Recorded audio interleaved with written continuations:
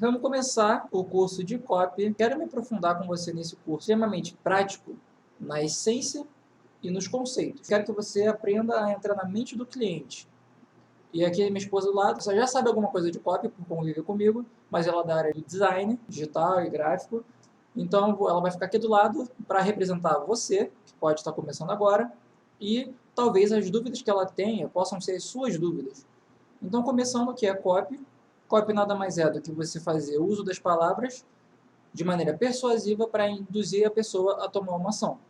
Ah, mas isso é manipulação. Não, manipulação é você convencer a pessoa de fazer algo que ela não quer, que só dê benefício para você. Persuasão é você convencer alguém de algo que ela precisa e que ela quer, onde as duas pessoas vão ter benefícios. Ou somente a pessoa que foi persuadida teve benefício. Essa é a diferença principal. Juntando copy com design. Com copy dá para fazer outdoor, folheto, catálogo, jingle, anúncio de revista, jornal, carta de venda, mala direta, roteiro para comercial de TV, rádio, slogan, postagem, social media, o que for. Isso porque copy nada mais é do que comunicação, levando em conta cada bloco de comunicação, seja chamar atenção, despertar interesse, despertar desejo e chamar para ação. E com copy, uma coisa interessante sobre história é que na Segunda Guerra Mundial, quando o Fusca foi inventado, mais ou menos por aquela época, ele era considerado como carro de Hitler. Eu não lembro qual profissional, mas com copy ele conseguiu transformar o Fusca no segundo carro da família americana. Ele usou até um sloganzinho de pence pequeno, porque o Fusca era chamado de besouro naquela época, chamava de Beetle, era até engraçado, que Beetle é besouro. Então eles desmereciam o carro e com técnicas corretas de copy conseguiu transformar ele no segundo carro da família. Então, esse é um exemplo prático de como copy pode beneficiar. Por exemplo, Hitler até hoje é um dos caras mais odiados da história, mas naquela época provavelmente era mais ainda. E ainda assim conseguiram converter isso em venda. O objetivo fundamental é gerar relação, porque não dá para vender sem ter relacionamento. A comunicação tem que ser fluida. Eu podia estar conversando com você que está assistindo, ou com a minha esposa, assim, a comunicação deve ser fluida a ponto de oferecer a menor resistência possível. Qualquer complexidade pode espantar, independentemente da mídia utilizada. E você não ia gostar de nada que eu estou falando, não ia prestar atenção. Então, a copy tem que ser como uma conversa, basicamente, como eu estou fazendo com você agora. E é preciso ter clareza e simplicidade. Melhor exemplo. Eu não converso com você falando, venha por meio deste dizer que você é minha esposa, que moramos juntos. Não. A gente conversa normalmente como fala com qualquer pessoa na nossa vida, levando em conta somente a linguagem do dia a dia que essa pessoa usa. Eu tenho uma pergunta Diga. em relação a essa questão do carro de Hitler. Então, assim, eu queria entender quais cautelas a gente deve ter para transformar em algo negativo, algo negativo em bom. Por exemplo, muitos clientes, às vezes, vão numa página ali e falam mal do produto e tal. Então, assim, qual a cautela a empresa tem que ter na hora de tentar transformar uma coisa negativa em positiva, o que ela não deve fazer assim, para não se tornar algo muito invasivo ao cliente? Primeiro ponto, não tentar convencer a pessoa que o produto é bom logo de cara. Segundo ponto, não negar o que a pessoa está sentindo. Terceiro ponto, mostrar que se importa. Ah, você teve essa experiência ruim. Ok, mas por que você está sentindo isso? O que de fato não te agradou? Assim você demonstra que você está disposto a melhorar e que se importa com o que a pessoa está passando. Você pode chegar e falar, nossa, esse curso aqui é muito ruim. Eu posso falar, não, você está errado, você é burra e você não entendeu. Você não entendeu o que eu quis dizer. Eu posso simplesmente te perguntar, ok, você achou que o curso não é bom, mas por que você está achando que ele não é bom? A metodologia foi ruim? Eu usei palavras muito difíceis, eu não introduzi bem o conteúdo, é demonstrar que o que a pessoa está sentindo, o que a pessoa está passando é importante. Porque todo mundo é egoísta, seja para o bem ou seja para o mal. Por exemplo, eu quero cuidar bem do meu filho para ser uma boa mãe. Isso é egoísmo, de certa forma. Você quer ser uma boa mãe, só que o seu filho está se beneficiando com isso. Sim. Agora, se eu quero simplesmente ter a aparência de uma boa mãe e eu estou cagando pro meu filho, eu estou sendo egoísta de uma forma ruim. Ego significa nada mais do que eu. Então, você quer ser bom ou você quer ser ruim? Você quer ser ou você quer parecer? Você quer ser ou você quer ter? Esses são os pontos que devem ser levados em conta. Entendi. Mais alguma dúvida? Não, somente assim. E copy não é vender pela internet. Tem gente que acha que, porque aqui no Brasil o copy se popularizou por causa dos infoprodutos, que copy começou agora. Não, copy começou há 150 anos atrás, com aqueles vendedores de enciclopédia, de fogão de porta em porta, pegaram essas pessoas e pegaram os discursos de venda delas. E dentro disso descobriram que haviam padrões. Hoje, como a gente conhece como gatilho mental, introdução, etc. E aí começaram a estudar isso. E aí surgiu a psicologia aplicada em venda. As pessoas não faziam mais simplesmente por feeling ou por achar que funcionava. As pessoas estudavam o que funcionava e botavam em prática.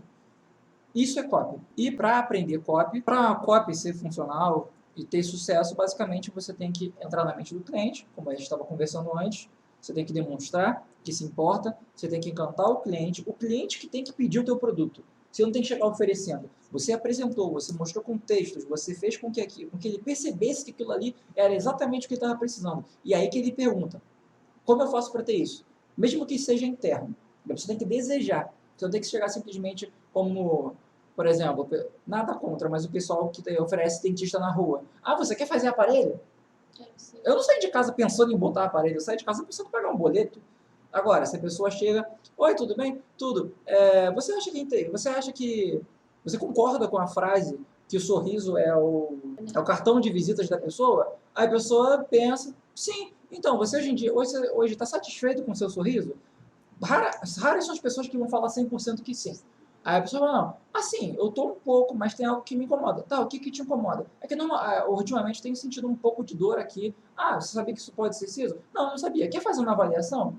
Pum, você teve todo um contexto. É ouvir a dor, né? Exato. Nesse caso, literalmente. E aí depois, por exemplo, eu tenho sentido uma dor. Ah, isso pode ser o siso. Você sabia que hoje você está satisfeito com o seu sorriso, mas sabia que o siso pode empurrar os seus dentes para outra direção e você pode não ficar tão satisfeito mais para frente? Aí você já está fazendo a pessoa pensar que ela pode sim precisar de uma solução. E aí, o último, fazer ele não sentir o tempo passar, porque, por exemplo, se a pessoa chega, teve uma vez que a gente foi na rua, tinha aquela menina que estava oferecendo, insistindo. Ali foi um papo de 2 minutos. Só que a gente pareceu que estava muito mais tempo, porque estava chato. Não pode deixar a pessoa perceber o tempo passar. Toda aquela questão da experiência, né? A experiência que a gente teve foi muito negativa. Exato. Na situação.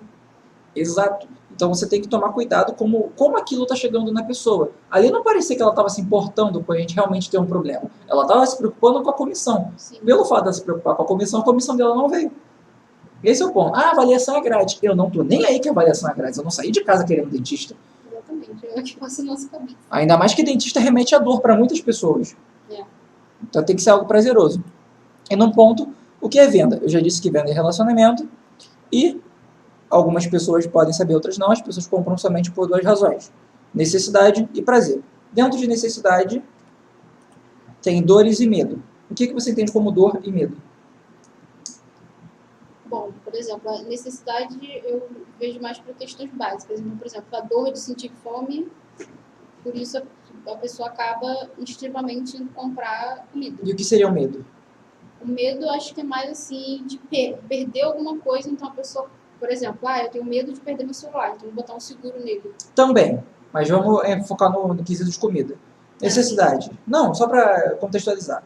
Eu tenho a necessidade de comer, então eu vou comprar comida. A dor que eu posso ter, por exemplo, eu não conseguir alimentar a minha família. Isso faz com que a pessoa fique frustrada, porque ela tem aquela responsabilidade. E não somente não conseguir comer, ficar desnutrido, passar fome, ainda tem a questão dessa pessoa, o sentimento que ela tem com relação àquilo. E o medo, digamos, eu estou passando fome hoje, mas essa é a minha dor. Tem todas essas consequências. Mas eu tenho medo também de continuar nessa situação. Dor é o sentimento. Vamos chamar necessidade de problema aqui também, para ficar mais fácil. Dor é o sentimento que eu tenho com relação ao problema presente. Medo é o sentimento que eu tenho referente ao problema futuro. Então, são coisas que devem ser levadas em conta quando você tenta vender. E prazer. Desejo e sonho. Desejo nada mais é que o desejo presente. Eu quero comprar um iMac, eu quero comprar um mouse novo. Sonho. Eu tenho o sonho, que é o desejo futuro, de comprar um iPhone, um iMac, porque eu não tenho como agora. E é basicamente isso. Eu estou com o desejo de comprar um cheeseburger. Eu não tenho sonho de comprar um cheeseburger, porque poucas pessoas, graças a Deus, hoje em dia, passam nesse tipo de necessidade, porque a economia vai melhorando. Mas esse é o ponto. Desejo e sonho. Presente e futuro. A gente divide basicamente, vou até botar aqui, presente e futuro. Cada um com um sentimento referente a... Diga. Nessas 2 áreas, qual delas você julga que é mais fácil assim, de levar até as pessoas, conseguir fazer as pessoas comprarem? Na sua grande maioria, necessidade. Porque prazer é algo muito superficial. Tem a pirâmide de Maslow, que eu não vou me aprofundar, que dá para pegar no Google. Tem lá necessidades fisiológicas, necessidades, conforto, abrigo, etc, etc, etc. Quanto mais intrínseco do ser humano, melhor. Porque já vai que é algo que está nele. Já o prazer poderia ser algo lá no futuro para você vender um novo produto para essa pessoa. Digamos, a gente tem o nosso curso para design. O problema é que a pessoa não tem respeito da família porque essa pessoa não consegue ganhar dinheiro. Então a gente lida com essa frustração. Show! Aí a gente ajudou essa pessoa a ganhar dinheiro. Pá, qual é a necessidade futura dela? Será que ela agora ela quer o prazer de... Vamos procurar alguma coisa. Você como designer, você passou por todo esse processo. Depois que você venceu essa frustração de não ganhar dinheiro, agora você tem a sua agência dentro de casa. O que você quer para o futuro da sua empresa? Sempre pensando no próximo degrau que eu posso atingir. E qual é esse degrau? No momento, fazer a empresa crescer. No sentido de realizar não somente como se diz? Você quer satisfação de projetos maiores. Isso, e também levar satisfação aos clientes. Então, não somente... Antes, era muito pensando em mim, no caso. Tá vendo como sua mentalidade mudou? Exatamente. Eu preciso trabalhar para ter dinheiro, porque eu queria ganhar dinheiro com design. Hoje eu já vejo que eu ganho dinheiro com design, então o que eu posso fazer além? Exato. Entendeu? Por isso que é mais fácil você vender primeiro a necessidade e depois o prazer. Por como é que eu vou vender para alguém, dar satisfação para os clientes se eu não tenho cliente? Entendeu? Então, você vende primeiro a necessidade e depois você vende prazer. E é isso que tem que levar em conta também, uma coisa chamada jornada do cliente. Tinha essa necessidade, aí vem outra. E se você consegue atender cada necessidade nessa escala, você vai estar sempre vendendo para ele. A mesma coisa pode ser para social media, para qualquer coisa que for. Então, gerar todo um universo, né, para o cliente se aventurar nele, digamos assim. Exato. Aí, para vender, precisa se conectar, relacionar com o cliente. Em resumo, relacionamento. Quer resumir venda, venda e relação. Para aprender copy tem duas opções. Ou simplesmente estuda, lê, que não vai dar resultado basicamente nenhum, ou você pratica, entranha conhecimento em você. Por essa razão, eu não vou disponibilizar um mapa mental, eu quero que você copie. Pausa o vídeo, copia e faz o seu cérebro perceber que aquilo é importante. Porque no Facebook, quantas horas você passa no Facebook por dia? Não vou saber. A maioria das pessoas passam o dia todo, mesmo trabalhando. Mesmo trabalhando. A questão é, quanto desse conteúdo você lembra no final do dia ou na semana seguinte? Pouquíssimo. E você passa o dia inteiro lendo. Todo mundo passa o dia lendo. Logo, qual é a garantia de que esse conteúdo específico vai entrar na sua mente, sendo que você lê coisa pra caramba? Nenhuma. Por isso que é interessante para você aprender copy, você pegar cartas de venda que fizeram muito sucesso e copiar à mão. Eu recomendo que, além de copiar à mão, você fale cada palavra enquanto você está copiando, e depois que você acabar, você lê em voz alta. Porque aí você vai massificar no seu cérebro e quando você for dormir, o seu cérebro vai passar aquilo com mais facilidade para a memória. Eu esqueci, perdi a palavra. Tem memória temporária e a memória permanente. Então é isso que você tem que fazer. Para aprender a vender, você tem que entender de pessoas. Para entender de pessoas, você tem que conviver com pessoas. E tem que observar essas pessoas. Não virar um tarado olhando todo mundo seguindo as pessoas. Mas você tem que observar o comportamento humano. E observando o comportamento humano, você cai para o cérebro. E vendo o cérebro, você sabe como ele funciona e você aprende a aprender. Basicamente, tem que aprender a aprender. E uma coisa interessante, por exemplo, ela como designer, ela vê imagens legais, que tem umas técnicas legais, e ela salva. A mesma coisa para quem quer aprender copy. Viu uma copy que te fez sentir o desejo de comprar? Salva. O dia que você não tiver com inspiração, você vai lá, vai pegar, vai alterar o contexto, vai alterar as palavras. Isso não é plágio, isso é inspiração, se você copia. Se digamos que o seu produto é sobre ganhar dinheiro, você vai lá e copia toda a cópia do Alex Vargas, literalmente, e cola.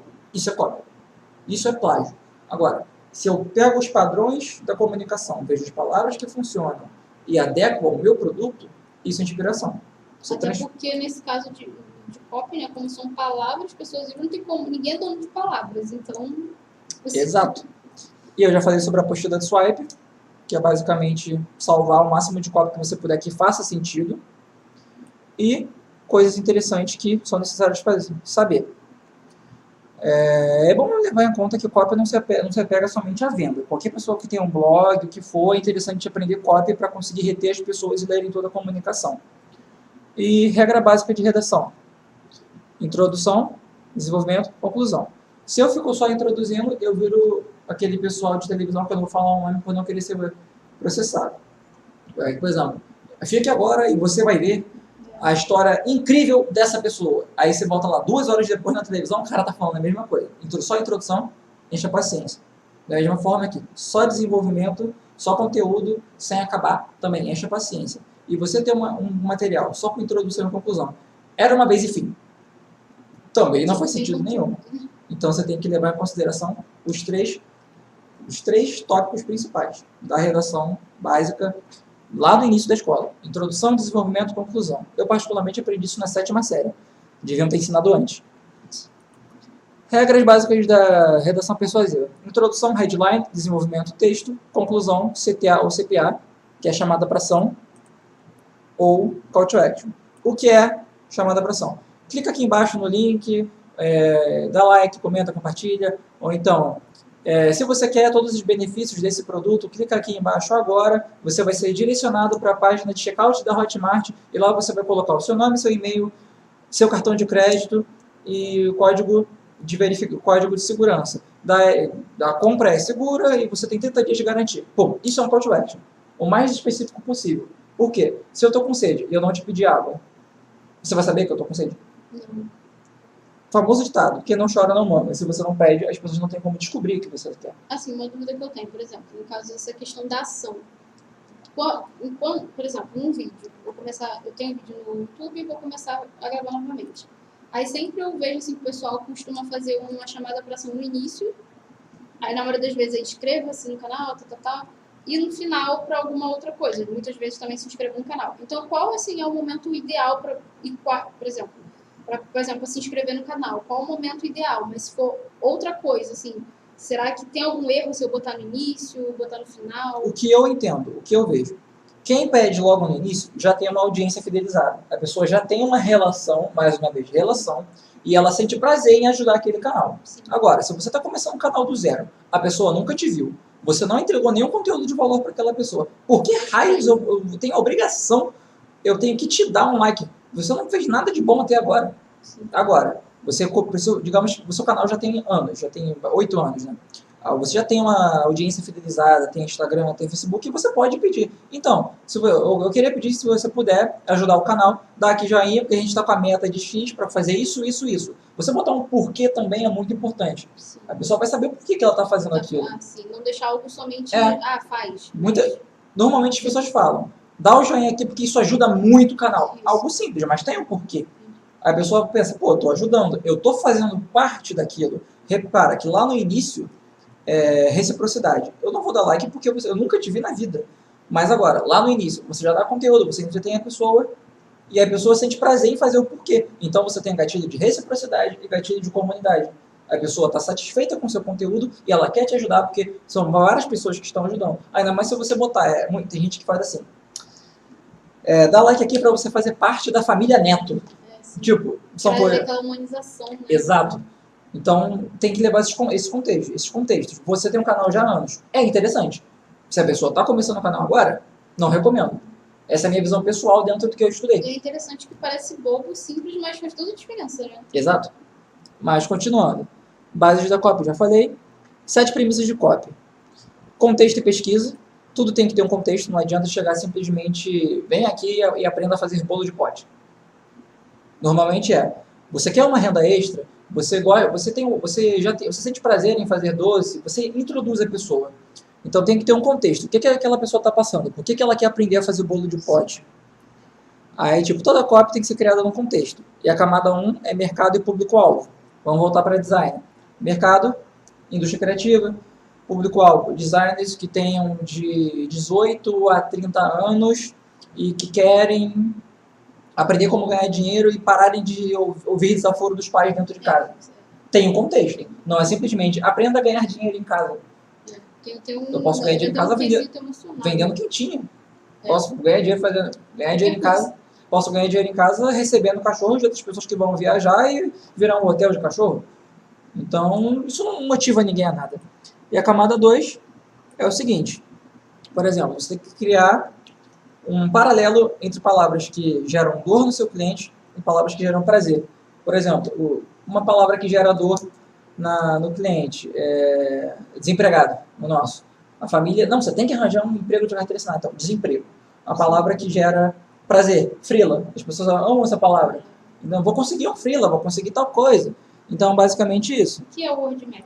O Word Map é isso, você criar, por exemplo, eu falei sobre a apostila do swipe, que é você salva várias comunicações que fazem sentido e vendem. O Word Map é você criar uma lista de palavras que fazem sentido para o seu cliente. Como eu disse, as palavras de dor e as palavras de prazer.